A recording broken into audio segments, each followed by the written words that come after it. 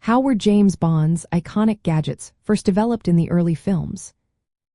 Imagine a world where technology was just starting to surprise everyone, and secret agents needed tools that looked like they came from the future. That's exactly what happened with the gadgets in the first James Bond movies.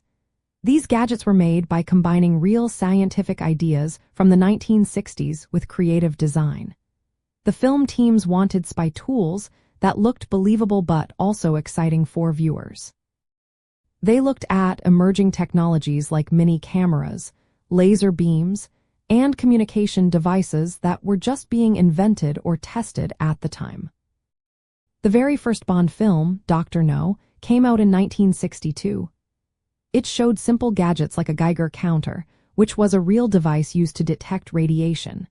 This grounded the spy story in real science. As the series went on, the gadgets became more elaborate.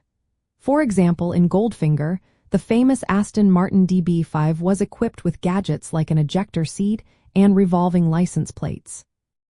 These were inspired by actual military and scientific inventions of the time. The ejector seat, for instance, was based on real aircraft technology, but it was adapted to fit a car for the movie.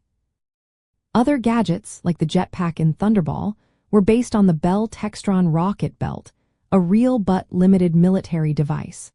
It could fly 4 short distances and was used in some experimental military projects. The films also featured early communication devices like beepers and scramblers, which were ahead of their time since they became common years later. Behind the scenes, the character Q was introduced as the person who created these gadgets. He was the Mi-6 quartermaster, and his inventions ranged from tiny cameras hidden in everyday objects to explosive devices disguised as common items.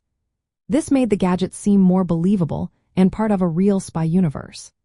The design of these tools reflected the optimism of the 1960s about technology and space-age ideas.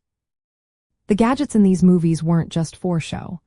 They were inspired by real scientific advances and sometimes even predicted future inventions. The film teams worked hard to make each gadget look sleek, clever, and futuristic. They used a mix of real technology and imaginative ideas to create tools that felt both possible and exciting. This approach helped make the early James Bond films a cultural phenomenon, showing audiences a glimpse of what future spy technology might look like. In the end, the development of these gadgets was a mix of real science, creative design, and a love for innovation. The films used real inventions from the 1960s and added a touch of fantasy to make the spy world feel alive and thrilling.